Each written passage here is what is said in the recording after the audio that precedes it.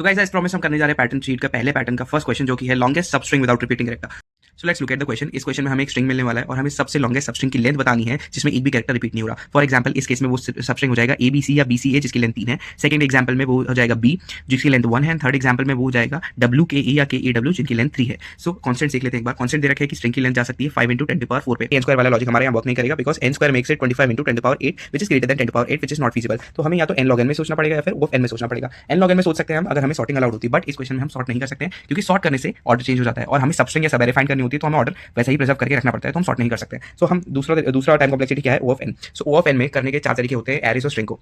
कौन से 4 तरीके होते हैं देख लेते हैं। पहला होता है 2 पॉइंटर। 2 पॉइंटर कब लगता है जब एरे सॉर्टेड हो या फिर हमें सिर्फ 2 पेयर से मतलब हो और बीच में उसके कैर से मतलब ना हो। तो प्रीफिक्स सम कब लगता है, प्रीफिक्स सम तब लगता है जब रेंज क्वेरी के क्वेश्चंस हो या फिर सब एरे सम निकालना हो। स्लाइडिंग विंडो कब लगता है जब हमें सबस्ट्रिंग या सब एरे की बात हो रही हो और वो वेरिएबल या फिक्स लेंथ की हो सकती है। कंटेन्स चौथा तरीका कब लगता है जब भी हमें मैक्सिमम या मिनिमम सब एरे सम निकालना होता है। तो साधारण सी बात है कि आप इस क्वेश्चन में हमारा स्लाइडिंग विंडो फिट हो रहा है। सो अब हम क्वेश्चन का लॉजिक देखते हैं कि स्लाइडिंग विंडो कैसे लगा सकते हैं हम। सो मैंने फर्स्ट वाला एग्जांपल कंसीडर कर लिया है और यहाँ पर 2 पॉइंटर्स ले लेते हैं ING और मैंने वेरिएबल्स ले लिए लेंथ जो कि विंडो की लेंथ बताएगा और मैक्स लेंथ जो कि हमारा आंसर होने वाला है, और मैंने साथ ही में एक ले लिया है सेट जो कि हमें बताएगा कि उस विंडो में वो कैरेक्टर यूनिक है या नहीं। सो जैसे कि नॉर्मली एक स्लाइडिंग विंडो वर्क करती है तो हम J वाले पॉइंटर को आगे बढ़ाने वाले हैं एंड I को फिक्स रखने वाले हैं एंड I को कंडीशनली आगे बढ़ाएंगे। सो जब भी हम एक कैरेक्टर पे हैं, फॉर एग्जांपल J अभी हमारे यहाँ इस कैरेक्टर पे है A पे, तो हम चेक करेंगे कि सेट में क्या वो ऑलरेडी एग्जिस्ट करता है। क्योंकि वो एग्जिस्ट नहीं कर रहा है तो हम सेट में इंसर्ट कर देंगे उसे और J को आगे बढ़ा देंगे एंड लेंथ वुड बी 1। सो अभी हमारे पास एक 1 लेंथ की विंडो मिल गई है जिसमें यूनिक कैरेक्टर्स हैं। सो अब हम मैक्स लेंथ को भी अपडेट कर देंगे विच इज 1। सो अब हम J हमारा B पे आ गया तो हम फिर से चेक करेंगे क्या B सेट में एग्जिस्ट करता है। B भी सेट में एग्जिस्ट नहीं करता है तो उसे इंसर्ट करेंगे, लेंथ को भी एक इंक्रीज कर देंगे, max length would be updated to 2 because length is now 2। So और J को आगे बढ़ा देंगे। अब J हमारा C पे आ गया। अब हम चेक करेंगे क्या C एग्जिस्ट करता है। C भी एग्जिस्ट नहीं कर रहा है तो C को इंसर्ट कर देंगे सेट में और फिर से लेंथ को एक और बढ़ा देंगे, length would be 3 now and max length would obviously be 3।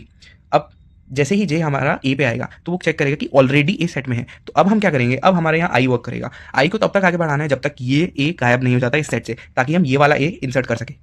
सो अब हम क्या करेंगे, इस A को पहले इस I वाले A को डिलीट करेंगे एंड I को आगे बढ़ा देंगे।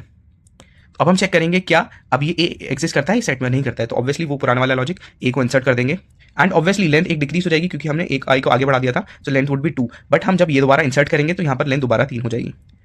So obviously max length would be 3 only. फिर हम J को आगे बढ़ाएंगे। अब B दोबारा एग्जिस्ट करता है ऑलरेडी सेट में, तो वही वाला सेम लॉजिक I वाला। तो अब हम I को पहले ये वाले B को डिलीट करेंगे सेट से और लेंथ को डिक्रीज कर देंगे। Length would B which was originally 3, एक और डिक्रीज करके 2 हो जाएगी, करेक्ट। और I को हमने आगे बढ़ा दिया C पे। अब हम चेक करेंगे क्या B ऑलरेडी एग्जिस्ट करता है, नहीं करता है तो इस B को हम इंसर्ट कर देंगे and length would again be 3। ऐसे ही हम यहाँ पर आ जाएंगे। अब C फिर से एग्जिस्ट कर रहा है, फिर से हम I को आगे बढ़ाएंगे, फिर से लेंथ 3 का मिल जाएगा। ऐसे ही कर करके हम एंड पे आ जाएंगे और ये लूप चलेगा जब तक हमारा J n नहीं है, करेक्ट।